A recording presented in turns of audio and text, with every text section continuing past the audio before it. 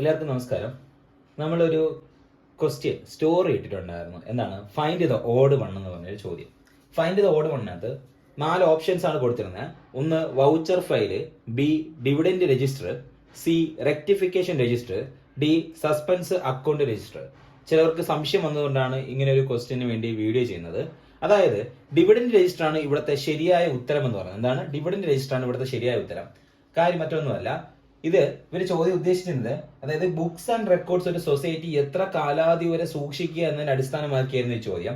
Books and record സൂക്ഷിക്കുന്നത് voucher file 5 വർഷമാണ്.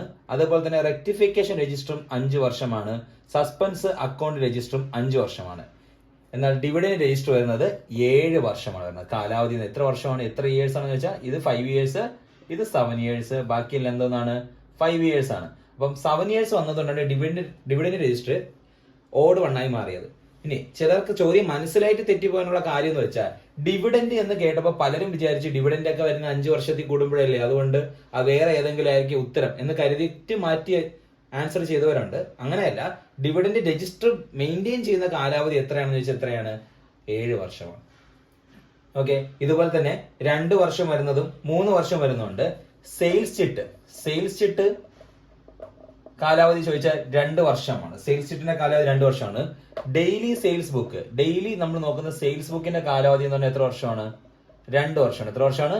2 വർഷമാണ്. സെയിൽസ് ചിട്ട് 2 വർഷമാണ്. ഡെയിലി സെയിൽസ് ബുക്ക് 2 വർഷമാണ്. ചിലപ്പോൾ വൗച്ചർ ഫയലിന്റെ സ്ഥാനത്ത് ഇതിൽ നിന്ന് ഏതെങ്കിലും ഓപ്ഷൻ തരുന്നത്.